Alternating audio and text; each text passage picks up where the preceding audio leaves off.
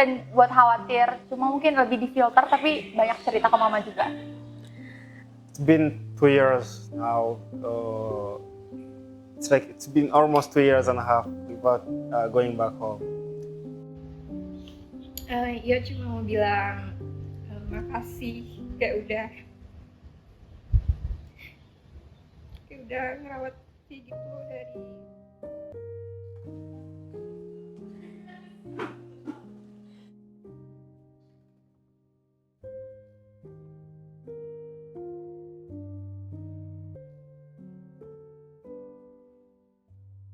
Halo, nama aku Haida Alfadila, teman-teman bisa panggil aku Alfa. Aku umurnya 20 tahun dan jurusan informatika angkatan 2023, sekarang sedang semester 5. My name is Jean Didier Habmremi, or you can call me Jado. Angkatan 23, Teknik Industri IP. I'm in the 5th semester now. And I'm from Rwanda. Nama saya Muhammad Fikri, umur saya 21 tahun. Jurusan saya informatika, sekarang saya menempuh semester 7. Perkenalkan, nama aku Putri Yulandika Chandrawinata. Biasa teman-teman aku sih manggil aku Putri, dan aku dari jurusan Teknik Industri angkatan 24. Aku dari Lombok, teman-teman dari NTB. Aku di Jogja mulai dari Agustus 2023, udah 2 tahunan. My hometown is the capital city of Rwanda, Kigali, and I've been living in Georgia since 2023. This is my third year in Georgia. Aku asalnya dari Jambi. Aku udah di Jogja sekitar hampir 1 tahun sih. Saya berasal dari Kalimantan Barat, Pontianak. Awalnya tuh sih bingung sih sebenarnya, kayak bisa mandiri atau enggak. Cuma kalau misalnya nggak pernah dicoba, nggak akan tahu gimana. Jadi memberanikan diri sih untuk ngerantau, dan alhamdulillahnya keterima jadi bagian FTIGUI.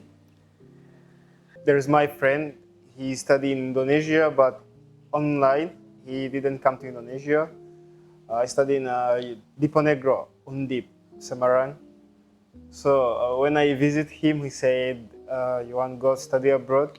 You can try Indonesia. It's a good country." So then he showed me. I was checking online many universities, and I found UEE, and I tried to apply, of course. So I got accepted. Karena jujur kayak aku emang sebenarnya dari niat aku emang kuliahnya emang maunya nggak di Jambi, jadi memang kayak mau di luar Pulau Sumatera aja sih. Karena saya ingin menambah relasi, dan saya tahu juga sebagai kota Jogja sebagai kota pelajar, dan saya ingin mengeksplor kota Jogja. Kalau yang terberat itu mungkin lebih ke tuntutan akademik ya, karena tuntutan akademik itu kayak benar-benar buat burn out banget. Tapi satu sisi juga ada organisasi, kepanitiaan dan lain-lain. Cuma kalau tentang cerita, aku pertama kali kayaknya ke temen dulu sih. Setelah ke temen biasanya ke siapa? Biasanya sih langsung ke orang tua, ke mamaku khususnya. Tapi nggak yang semua cerita atau keluh kesah kita bisa aku sampaikan sih. Soalnya takutnya kepikiran dan buat khawatir. Cuma mungkin lebih difilter tapi banyak cerita ke mama juga. Of course, we are students. We don't have jobs, so the toughest things like when I want to buy something, my laptop is broken, or many things just like so. I have to ask for someone to support me. Of course, it's my parents. I call my mom. I say, I need this. And she's okay. I will try my best to provide it to you. And sometimes because we are luxury, so sometimes it's so embarrassing to ask many things. Yeah, but she still understand me. And if I say I need this, so she say, okay, I will support you until you achieve your goals in life. Kalau hal terberat sih dalam hal kuliah ini mungkin kayak tugas-tugas yang deadline-nya mepet atau kayak beruntun gitu. Terus juga kalau misalnya aku cerita biasa ke temen dekatku sih paling pertama. Terus juga kalau misalnya kayak udah gimana ya, kayak udah mulai nangis gitu-gitu, kayak nelpon orang tua biasanya. Terberat yang saya alamin yaitu mungkin project codingan ya, karena kadang saya mengalami error yang saya tidak tahu ternyata error itu simple. Kayak misalnya hanya kurang di bagian titik komanya. Dan biasanya tuh kalau saya mengalami kesusahan, saya bertanya ke teman atau ke abang saya. Kebetulan abang saya jurusan IT juga. Terakhir kali tuh aku pulang April waktu Lebaran 2025. Ya itu. It's been 2 years now. It's been almost 2 years and a half without going back home. Seingatku terakhir kali itu waktu bulan Ramadan kemarin. Ya itu juga aku sebelum berangkat ke Jogja kembali itu kayak ya pelukan sih. Itu bulan Maret, pas bulan puasa. Dari bandara itu langsung meluk keluarga. Kalau seringnya lumayan sering, aku hampir tiap malam teleponan sama mamaku. Kalau obrolan kita tuh nggak muluk-muluk sih sebenarnya, entah tentang hari aku ngapain aja, misalnya pasti ditanyain tadi makan apa, tadi habis dari mana, dan cerita paling kekocakan-kekocakan yang aku lakukan. Semisal salah satunya misalnya aku kesandung atau apa hal kecil tuh aku ceritain sih sama mamaku. Semua hal aku bisa ngomongin sama mamaku. If I have so many things, I cannot spend a week without talking to them, but maybe every 3 days maximum. Yeah, but I cannot spend a week without calling my family. Yeah. Wah, kalau dari aku cukup sering banget karena hampir tiap malam sih, kecuali kalau kayak aku bilang lagi nugas. Nah biasa kalau ibuku tuh kayak nggak bakal nelpon aku kalau aku bilang lagi nugas atau kayak lagi rapat ngikut kegiatan lain itu. Tapi kalau enggak, kalau misalnya aku lupa bilang atau kayak nggak ngapa-ngapain gitu, beliau nelpon aku tiap malam. Dalam seminggu mungkin 2 kali sampai 3 kali. Itu biasanya ibu saya yang nelpon saya duluan. Oh, masnya dulu yang nelpon. Ya.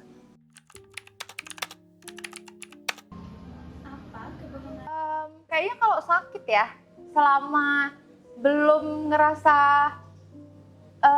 down banget atau kayak ngerasa belum masih kuat gitu, belum ngerasa harus ke dokter banget, itu kayaknya aku lebih memilih untuk menyembunyikan, kayak bohong aja gitu, kayak kalau ditanya nggak apa-apa gitu, nggak apa-apa, padahal aslinya justru kayak kadang udah lemes banget, tapi ya kalau misalnya sedikit-dikit dibilang takutnya khawatir, jadi mungkin hal kecil kayak gitu biasanya aku buat bohong sih. Sometimes when I go to the hospital, when I'm sick, there's time I fell down. I did an accident, but she don't know it. She don't know it. So because it was like minor injuries, so I go to the hospital. When they call me, I said I'm fine as usual because I didn't want them to worry. If I say I did an accident, they will think it's a big thing. So I didn't tell them. Yeah, because I got minor injuries on my here, it's wounds, small wounds, and on my hand. So I didn't tell them that. I just tell I'm fine as usual. I didn't want make them worried that I'm not good, but yeah, I go here.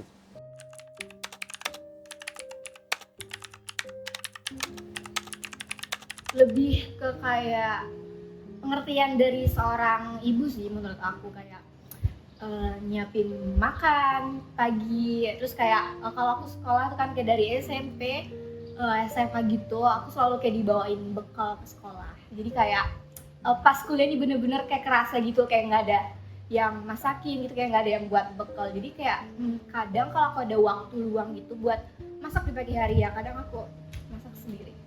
Mungkin dulu pas saya di rumah, setiap saya bangun tidur itu disiapin makanan, terus tinggal saya langsung makan. Lalu ketika pas saya berada di Jogja dan di luar kota, saya ketika bangun harus menyiapkan makanan sendiri dan saya merasa kayak kehilangan seseorang di dalam hidup saya. Boleh keluarkan HP kamu? Hmm? Coba cari kontak ibumu, lalu telepon sekarang, tanyain kabar kesehatannya, di sana gimana, dan sampaikan satu kalimat ucapan sayang kepada ibumu. Oke. Semoga diangkat ya. Soalnya kalau siang biasanya.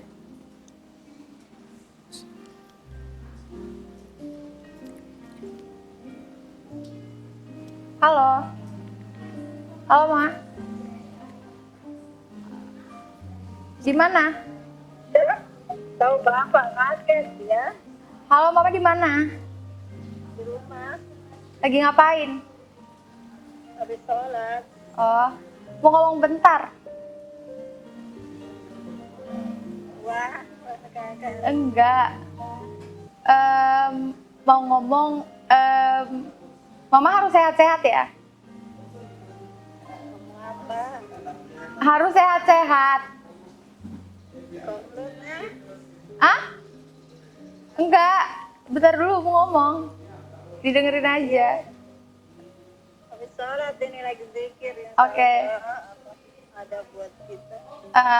Enggak, Mama sehat-sehat, panjang umur. Semoga Mama bisa nemenin Alfa sampai sukses dan semuanya itu sayang Mama, termasuk Alfa. Terus, Mama Iya, juga itu aja. sehat. Itu aja. Tunggu pulang ya. Ya. Oke. Sudah beli tiket? Sudah. Mau ngomong satu kalimat lagi. I love you. I love you too, forever. Oke. Halo, Assalamualaikum. Halo, Halo, Eki, Mama lagi di mana? di rumah. Punya Mama salam dan dijawab. Assalamualaikum. Waalaikumsalam. Mama gimana kesehatannya? Alhamdulillah, baik. Eki, gimana gak? Alhamdulillah, Fikri baik. Terus gimana kursinya? Itu juga lancar, alhamdulillah. Nah, Fikri mau nelpon Mama cuma nanya kesehatan Mama aja. Terus Fikri mau bilang kalau Fikri itu sayang Mama. Saya Vicky, Mama pun sayang Eki. Ya, Iya cuma mau bilang makasih kayak udah ngerawat Vicky gitu dari kecil, terus juga Umi kayak udah ngajarin Putri banyak hal gitu kan, kayak ngajarin tentang agama, terus juga Umi kayak ngajarin kayak cara nyingkapin orang banyak kayak gimana, terus juga kayak Putri betulan kayak bangga punyain Umi di dalam hidup Putri tuh.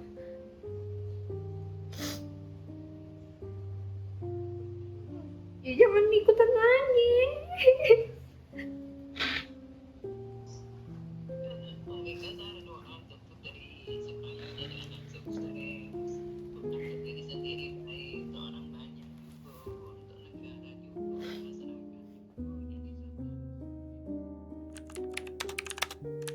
The first thing comes to my mind is just like pushing myself to do better, because that's what parents, especially mothers, they want for their kids.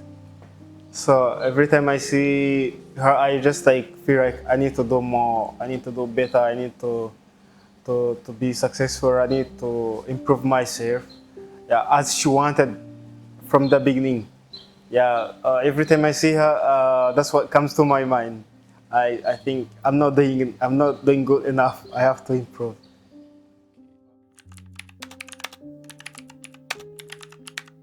Jadi buat teman-teman di sana, kalau misalnya kayak ibu kalian ngingetin sesuatu hal, kayak ibu kalian tiba-tiba video call or telepon kalian gitu, usahakan kayak diangkat gitu ya.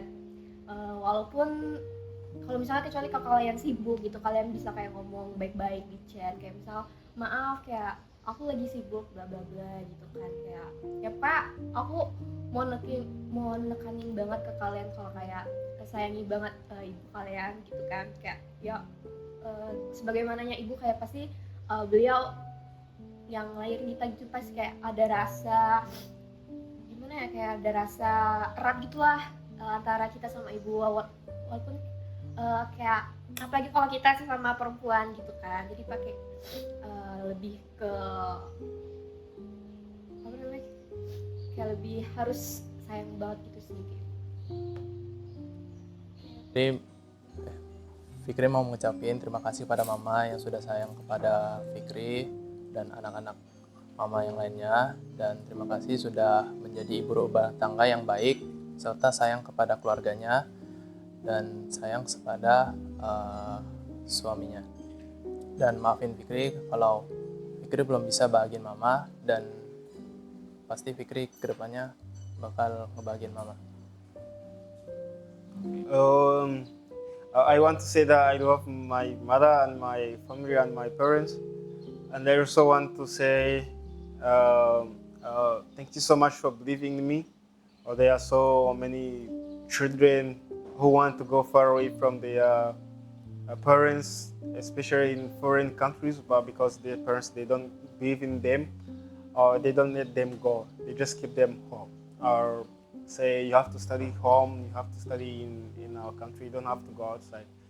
But because they say we believe in you, you can go and do better, even though we are not around you, but we believe in you, you can do better. So I really want to say thank you so much for believing in me and supporting me until this day.